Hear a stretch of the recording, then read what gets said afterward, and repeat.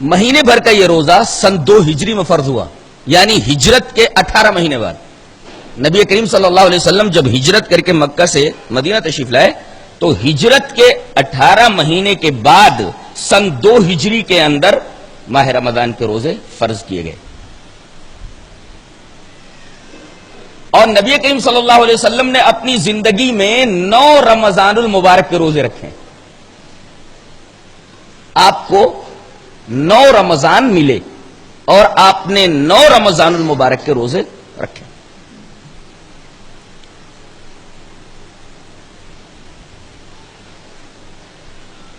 اس عبادت کی خصوصیت ہے، کسی بھی عبادت کے بارے میں اللہ تبارک و تعالیٰ نے یہ نہیں فرمایا کہ یہ میرے لیے ہے، لیکن ایک حدیث قدسی میں بالکل مشہور ہے، علماء سے آپ سنا کرتے ہیں، حدیث قدسی ہے کہ اللہ تبارک و تعالیٰ ارشاد فرماتا ہے کہ الصوم لی، روزہ میرے لیے ہے۔ اور یہاں ایک نکتہ اور بتا دوں، جہنم کے کتنے دروازے ہیں؟ 7 گیٹس، 7 دروازے، وہ تو نیسیسری سے ثابت ہے۔ لہا 7 ابواب لکل باب منہم جزء مقسوم، جہنم کے 7 دروازے ہیں، لیکن جنت کے حدیث سے ثابت ہے لہا 8 ابواب، جہنم کے 7 دروازے، یہ قرآن سے ثابت، جنت کے 8 دروازے حدیث پاک سے ثابت۔ لہا 7 ابواب، یہ قرآن کی آیت، جہنم کے 7 دروازے، اور لہا 8 ابواب، جنت کے 8 دروازے، یہ حدیث کے الفاظ ہیں۔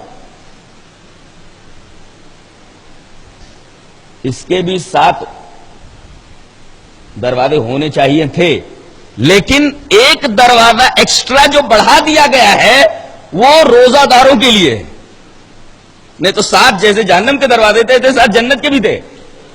اس میں جو ایکسٹرا گیٹ بڑھا دیا گیا ہے، ایکسٹرا دروازہ جو بڑھا دیا گیا ہے، اس کے بارے میں حدیث پاک ہے کہ لا يدخلہ الا الصائمون، کہ یہ جو دروازہ ہے خاص روزے داروں کے لیے ہے، اس دروازے سے صرف روزے دار ہی جنت میں داخل ہوئے۔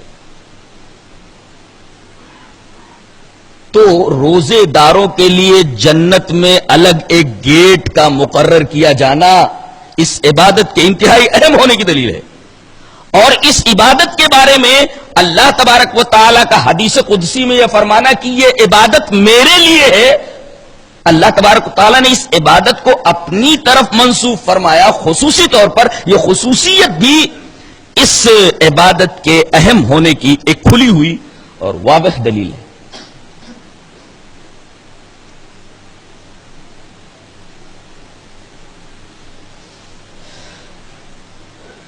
صوم جسے ہم لوگ روزہ کہتے ہیں، اس کا مطلب ہوتا ہے رک جانا۔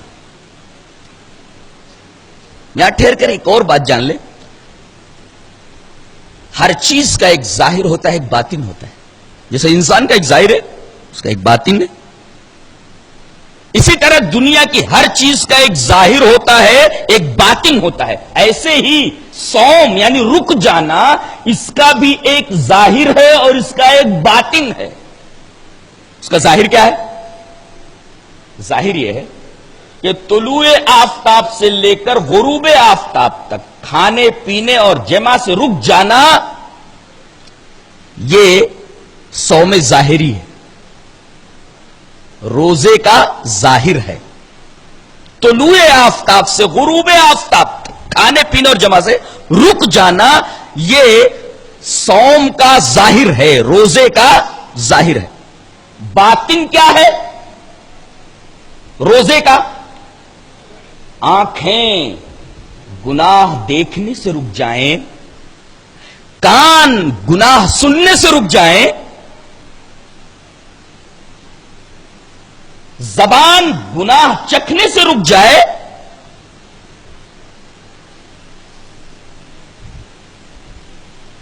اسی طرح زبان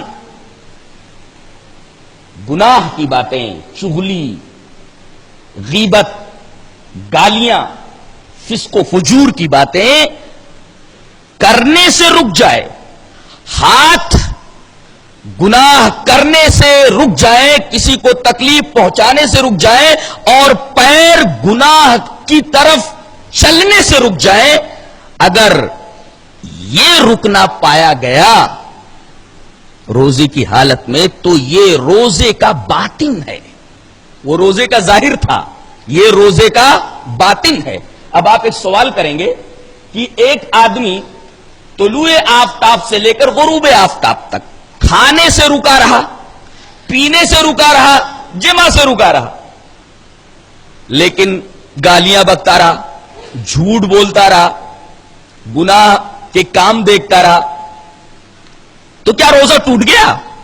مانتا ہوں کہ گالی دینے سے گناہ نہیں ٹوٹا، یہ روزہ نہیں ٹوٹا۔ اسی طریقے سے جھوٹ بولنے سے روزہ بظاہر نہیں ٹوٹا، اس لیے کہ ظاہری روزے کے بارے میں میں نے یہ بتایا کہ طلوع آفتاب سے لے کر غروب آفتاب تک کھانے پینے جمع سے رک جانا، تو اس سے تو رکا ہوا ہے وہ، تو گالی دینے سے روزہ ٹوٹ گیا، فسق و فجور بکنے سے روزہ ٹوٹ گیا۔ حقیقت یہ ہے کہ ظاہر میں تو روزہ ہے وہ، لیکن باطن میں وہ روزے سے نہیں ہے، اس لیے کہ روزے کی جو معنویت تھی وہ تو اس نے کھو دیا۔ انڈا ہوتا نا، انڈا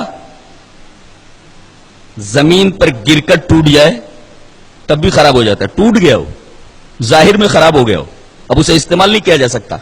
اور ایک ہے انڈا تو سامنے رکھا ہوا ہے لیکن وہ اندر سے بینڈا ہو گیا ہے، اندر سے خراب ہو گیا ہے، تو انڈا گر کر ٹوٹ جائے تب بھی خراب ہو جاتا ہے، اور انڈا سالم دکھے لیکن اندر سے بینڈا ہو جائے، اندر سے خراب ہو جائے تب بھی تو خراب ہو گیا۔ دونوں صورتوں میں انڈے کو استعمال نہیں کیا جا سکتا، ظاہری طور پر گر کر ٹوٹ جائے انڈا خراب ہو گیا، انڈا صحیح سالم دکھے لیکن اندر سے خراب ہو جائے تب بھی تو انڈا استعمال نہیں کیا جا سکتا۔ ایسے ہی ہمیں جس طرح صوم ظاہر کی پابندی کرنی ہے، ہمیں صوم باطن کی پابندی کرنی ہے، تاکہ حقیقی صوم کے اختیار کرنے والے اور ادا کرنے والے ہم بنیں۔